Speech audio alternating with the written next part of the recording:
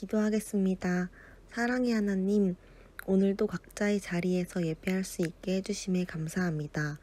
요즘 코로나19로 온 세상이 고통받고 혼란에 빠져 있습니다. 이 세상을 긍휼히 여겨주세요. 그리고 이 상황으로 인해 신앙생활을 소홀히 하게 된 것에 대해 회개합니다. 다시 하나님 앞에 나아갈 수 있도록 도와주세요. 지금은 모여서 예배드리지는 못하지만 이 예배가 하나님께서 기쁘게 받으시는 예배가 될 수 있도록 성령님께서 우리와 함께하여 주세요. 말씀을 전해주시는 목사님께도 건강 주시고 은혜 주셔서 오늘 듣는 말씀 한 주 동안 묵상하며 살아갈 수 있도록 해주세요.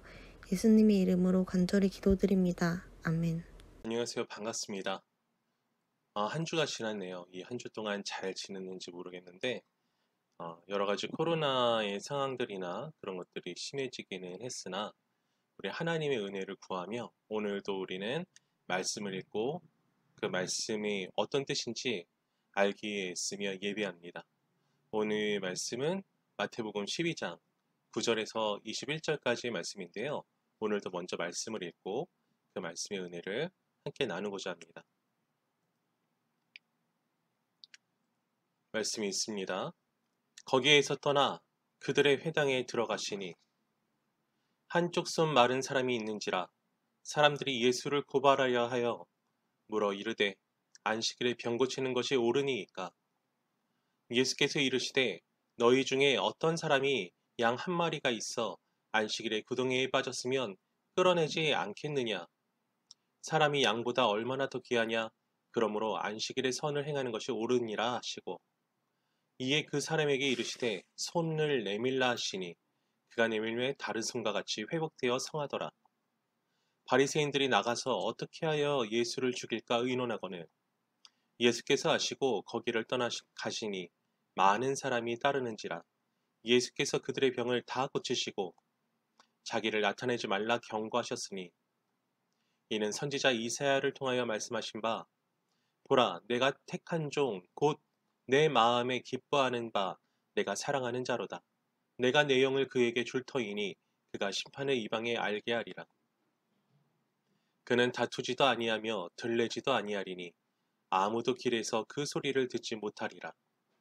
상한 갈대를 꺾지 아니하며 꺼져가는 심지를 끄지 아니하기를 심판하여 이길 때까지 하리니 또한 이방들이 그의 이름을 바라리라 함을 이루려 하심이니라. 아멘. 오늘 상한 갈대를 꺾지 않으시는 분이라는 말씀으로 함께 나누고자 합니다. 이 상한 갈대를 꺾지 않으시는 이라고 하면은 생각나는 찬양이 있죠. 상한 갈대 꺾지 않으시는 꺼져가는 등불도 끄지 않는 이 말씀이 바로 오늘 인용 구절이긴 하지만 이사야에 있는 그런 말씀을 인용해서 찬양 가사로 쓴 거란 말이죠. 이 상한 갈대를 꺾지 않는다는 내용을 봤을 때 어떤 생각이 드세요? 아, 예수님은 긍휼의 목자시구나. 우리를 불쌍히 여기시는구나. 그런데 그게 전부일까요?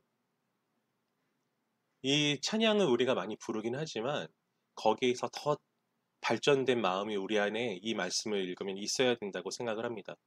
그러면 왜 이런 이야기를 하게 되는지 오늘 말씀을 한번 살펴보도록 할게요. 우선 거기에서 떠나 그들의 회당에 들어가시니 라고 하고 있어. 여기에서 거기에서는 지난주 말씀을 생각해 보면 됩니다. 거기는 안식일 논쟁을 하던 자리에서 떠나가셨다. 어떤 논쟁이 있었죠? 제자들이 밀밭을 지나다가 배고파서 그 알갱이를 몇 개 훑어 먹었단 말이야. 그런데 그 행위를 일이라고 보고 지난주에 추수 및 탈곡의 행위라고 이야기를 했었죠. 근데 사실은 그 정도의 일은 아니잖아. 그런데 그 제자들에 대한 그들이 얼마나 배고팠을까 그런 생각이 전혀 없이 어떻게 하면 그 일로 잡을까 혹은 규칙을 위한 규칙을 만들어서 그걸 지키게 할까 이런 그런 생각들이 옳지 않다라고 말씀하시고 한 방 먹이시고 그 자리에서 이제 떠나셨단 말이야. 그러니까 여기에서 거기에서는 안식일 논쟁의 상황 직후에 이제 회당으로 들어가셨다라고 이해를 하면 되겠죠. 그리고 그들의 회당에 들어가시니 여기서 그들은 예수님과 함께 이야기를 나눴던 바리새인들이겠죠. 이 회당이라는 거는 이스라엘 사람들 누구나 갈 수 있는 곳이었지만 그들의 회당이라고 했을 때에는 그 바리새인들이 뭔가 꽉 잡고 있다. 10절을 읽습니다. 한쪽 손 마른 사람이 있는지라 사람들이 예수를 고발하여 하여 물어 이르되 안식일에 병 고치는 것이 옳으니까? 라고 말하고 있어. 여기서는 이제 또 다른 안식일 논쟁이 시작되려고 하고 있죠. 근데 이전과는 좀 상황이 달라. 이 사람들이 생각하기로는 제자들이 이제 바리새인들 입장이겠죠. 뭐 훑어 먹은 건 그렇다고 쳐. 그런데 병 고치는 것은 확실히 일이라고 생각할 만한 것이었단 말이야. 그러니까 예수 한번 보자. 이런 거죠. 한쪽 손 마른 사람이라는 것은 그 손마름이 어떤 것이었을까요? 이 언어상으로 보면 쪼그라들었다라는 표현이니까 이렇게 뭐 어떻게 정확히는 알지 못하지만 손을 사용할 수 없을 정도로 말라 비틀어졌던 모습이었겠죠. 그래서 손을 펴지 못하는 그런 모습이었을 거라고 추측을 해. 이 한쪽 손 마른 사람이 회당에 왜 왔을까요? 한쪽 손 마른 사람이 회당에 온 이유는 굉장한 용기를 가지고 왔다고 봐야 돼. 왜냐하면 고대에는 이런 장애에는 저주란 말이야. 그리고 그 저주는 죄로 인해서 오는 거죠. 그러니까 장애가 있다는 것 자체가 사실은 그런 것은 아니지만 그 당시에는 상당한 부끄러움이었고 더군다나 이것은 회당이야. 하나님의 말씀을 강론하는 자리고 하나님의 말씀에 대해서 규칙과 규례를 잘 지킨다고 하는 바리새인들이 많이 모여있던 자리고 그런 사람들이 존경받는 자리인데 그런데 저주받은 사람, 하나님께 저주받은 사람이 이것에 왔다라는 인식을 당할 수 있는 그 자리에 온다는 것이 상당한 용기가 있는 행동이었던 거죠. 그리고 이 사람은 그런 용기를 왜 냈을까요? 예수님이 오신다는 걸 알았으니까. 예수님이 이 병을 고쳐주실 수 있으시리라는 기대를 가지고 용기를 내서 그 자리에 왔다. 그런데 뭐가 문제냐? 보니까 이 바리새인들이 지켜보고 있어. 안식일에 병 고치는 것이 옳으니까 라고 또 물어봤단 말이야. 이건 이중의 트랩입니다. 이중의 트랩이라는 게 어떤 의미가 있겠느냐? 첫 번째로는 이 병을 고치는 행위는 이전에 제자들이 곡식 알갱이를 몇 개 털어서 먹은 것과는 비교도 안 될 정도의 일이라고 바리새인들은 인식을 했던 것 같아. 그러니까 만약에 예수님이 그 사람, 예수님께 병 고침을 받고자 하는 마음으로 온 사람의 병을 고쳐주시면은 안식일을 범했다고 공격을 할 수 있게 되는 거야. 만약에 예수님이 고쳐주지 않으셨어. 그러면은 예수님이 이전의 상황에서 제자들을 변호하실 때 하나님은 자비를 원하시고 거기서는 인용하신 구절의 히브리어 구절을 보면은 그게 헤세드라는 단어를 인용한 구절을 쓰셨어. 헤세드는 다음이 없는 하나님의 긍휼과 자비에 대해서 말하는 건데 그러니까 그가 말로는 예수님이 자비에 대해서 말하는 사람이지만 자기가 안식일에 일에서 공격당할까봐 긍휼도 베푸지 않는 사람이다. 사실은 그런 사람이다라고 공격을 할 수 있게 될 것이고 그리고 더 나아가서는 이전에 그 제자들의 그 상황을 도와주셨던 말씀하셨던 그 상황마저도 그 상황도 사실은 그 사람이 말로만 그렇게 하지 그렇게 생각하지 않는 상황이라고 이전 상황에 대한 공격의 빌미까지 될 수 있는 그런 아주 곤란한 상황이었다는 거죠. 그런데 거기에 대해서 예수님은 뭐라고 말씀하셨느냐? 예수께서 이르시되 너희 중에 어떤 사람이 양 한 마리가 있어 안식일에 구덩이에 빠졌으면 끌어내지 않겠느냐? 같은 부분을 다루고 있는 마가복음이나 누가복음의 말씀을 보면은 이렇게 말씀하셔. 예수께서 그 회당 가운데로 손 마른 사람을 데리고 오셨어. 그리고 이 말씀을 하시는 거야. 양 한 마리가 있어 안식일에 구덩이에 빠졌으면 끌어내지 않겠느냐? 이거는 예수님이 아마도 너네 그러지 않겠느냐? 라고 예수님만의 추측을 하신 게 아니고 이게 일반적으로 사람들이 공감할 수 있는 내용이란 말이지. 그러니까 이 사람들의 안식일에 만약에 양이 구덩이에 빠지면은 구한다 안 구한다? 구하는 게 이 사람들이 평소에 하는 행태라 이 말이야. 그리고 그 정도는 규칙에서 허락하고 있는 정도라는 거죠. 그러니까 예수님께서는 뭐라고 말씀하고 계셔? 야, 너네들 안식일이라고 하지만 양이 구덩이에 빠지면 끌어내잖아. 너네들 평소에 끌어내지? 그런데 12절을 보면은 사람이 양보다 얼마나 더 귀하냐. 그러므로 안식일에 선을 행하는 것이 옳으니라 라고 말씀하셨어. 예수님께서 완전히 다른 패러다임을 제공을 하시는 거죠. 사람들이 생각하기로는 그저 안식일을 범하냐 안 범하냐 그런 정도의 문제로만 생각을 했는데 예수님께서는 너네가 사실 하고 있는 그 일이 양에 대한 긍휼을 베푸는 일이다. 그런데 양에게 긍휼을 베푸는 것과 사람에게 긍휼을 베푸는 게 뭐가 더 중요한 일이고, 그리고 양에 대한 긍휼도 안식일에 베푸는데 사람에 대한 긍휼을 베푸는 게 왜 안 되냐? 라고 말씀을 하시는 거죠. 그리고 그 말씀하신 끝에 어떻게 하셨느냐? 그 다음에 그 사람, 손 마른 사람한테 손을 내밀라 말씀하셨어. 그러니까 그 사람이 이렇게 손이 뒤틀려 있고 말라 있었는데 손을 내밀었겠지? 그런데 내민과 동시에 그 손이 펴졌어. 다른 손과 같이. 다른 손과 같이 회복되어 멀쩡해졌어. 만약에 이런 상황이 벌어졌으면은 어떻게 생각하는 게 정상일까? 아, 우리 생각이 짧았어. 내가 부족했어. 라든지. 예수님이 그런 놀라운 일을 베푸시는 걸 보면, 아, 저 사람은 하나님의 사람이 맞나 보다. 우리가 잘못 생각했다. 이렇게 생각하는 게 옳지 않아? 아니, 처음부터 말이야, 사실은 이 사람들은, 바리새인들은 예수님이 그런 능력을 발휘할 수 있을 거라고 믿었어. 그렇지 않아? 그러니까 한쪽 손 마른 사람이 왔을 때 그런 테스트를 하려고 한 거지. 혹시나 그렇게 할 수 있는지 없는지 보자라고 생각했을 수도 있겠으나 상당한 확률로 예수님이 그렇게 하실 수 있을 거라고 생각이 되니까 그런 2중 3중의 트랩을 준비하고서 이제 지켜봤을 거 아니야. 그리고 실제로 예수님이 그런 일을 행하셨어.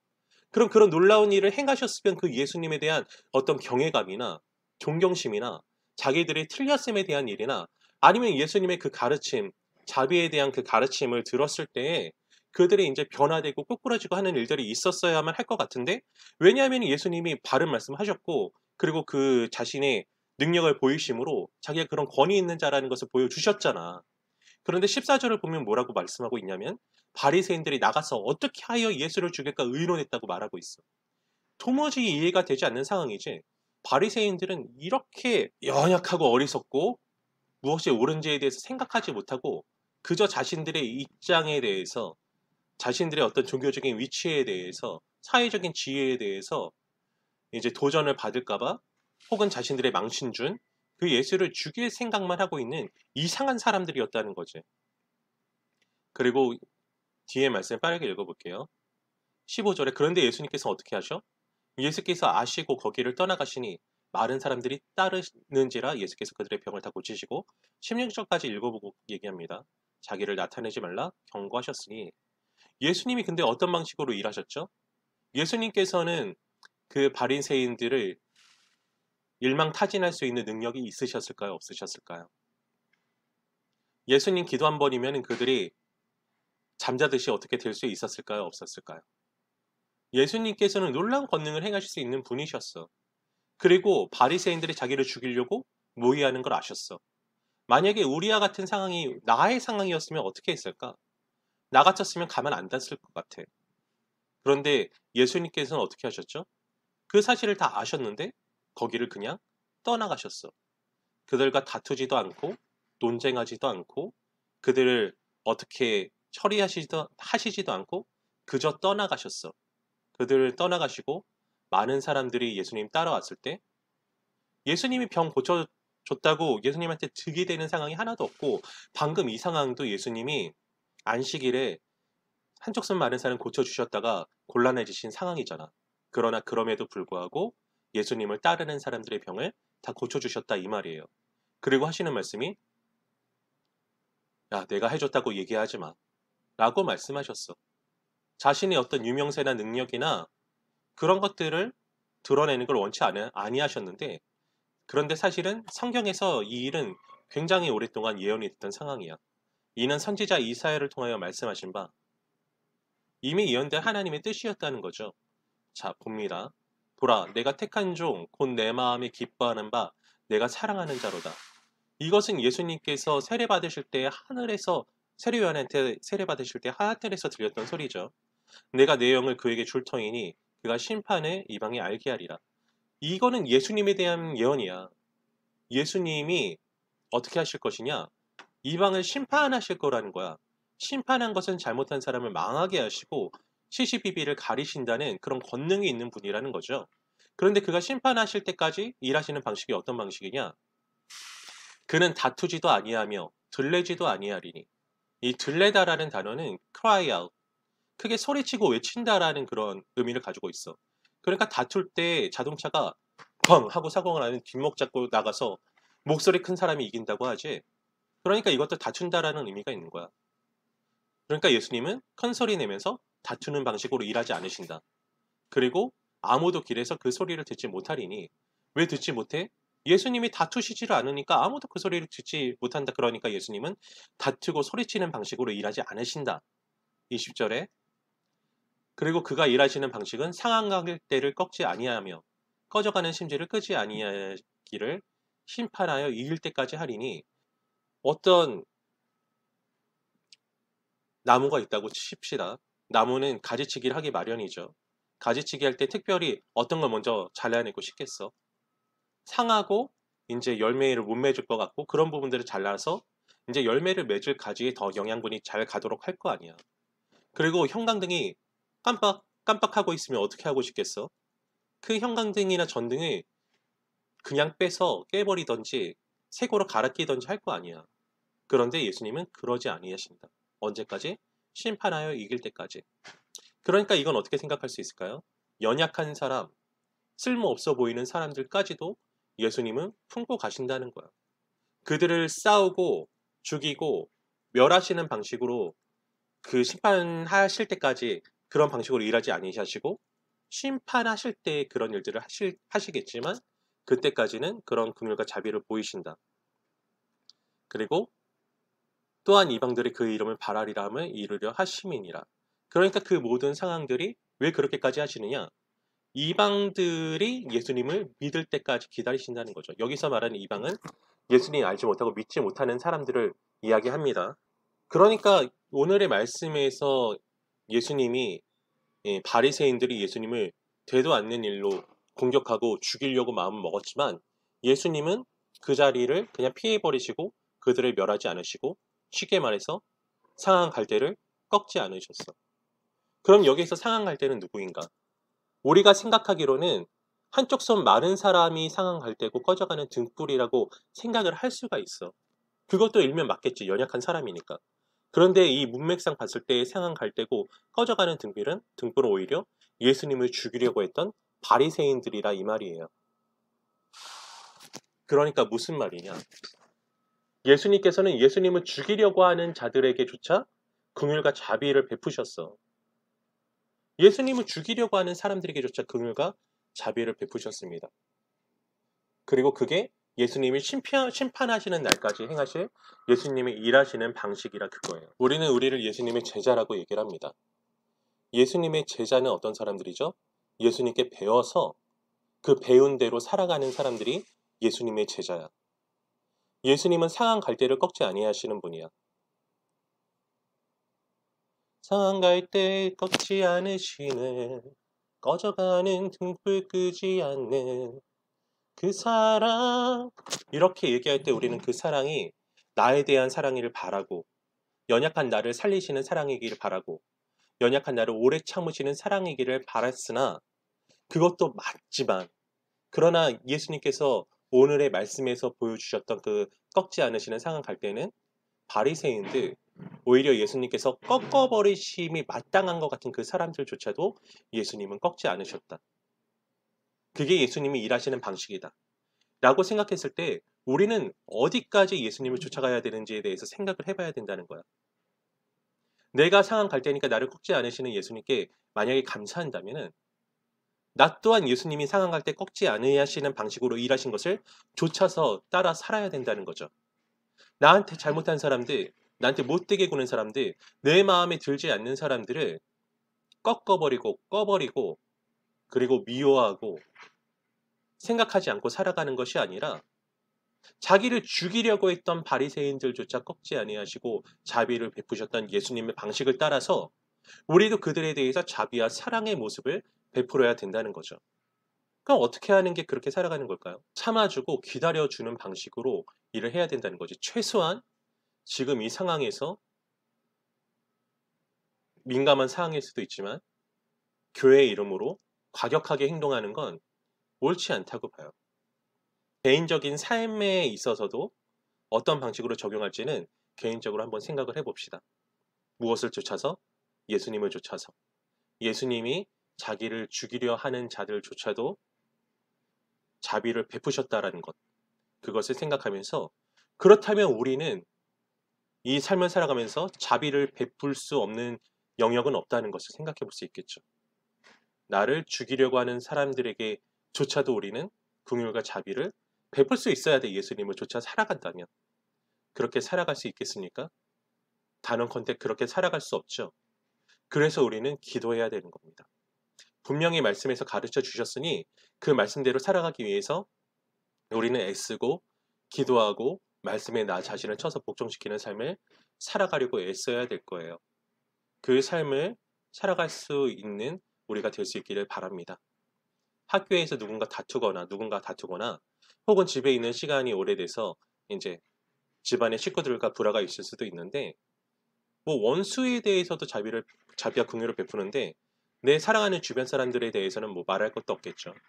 그런 삶의 모습들을 잘 점검을 하고 그리고 혹 지금 존재하고 있는 그리고 앞으로 존재하게 될지도 모르는 그런 나의 대적에 대해서도 그런 사람들에 대해서조차도 긍휼의 모습을 보일 수 있는 제가 돼야 되겠고 또 우리 로드 플러스가 될 수 있기를 주님의 이름으로 간절히 소망합니다.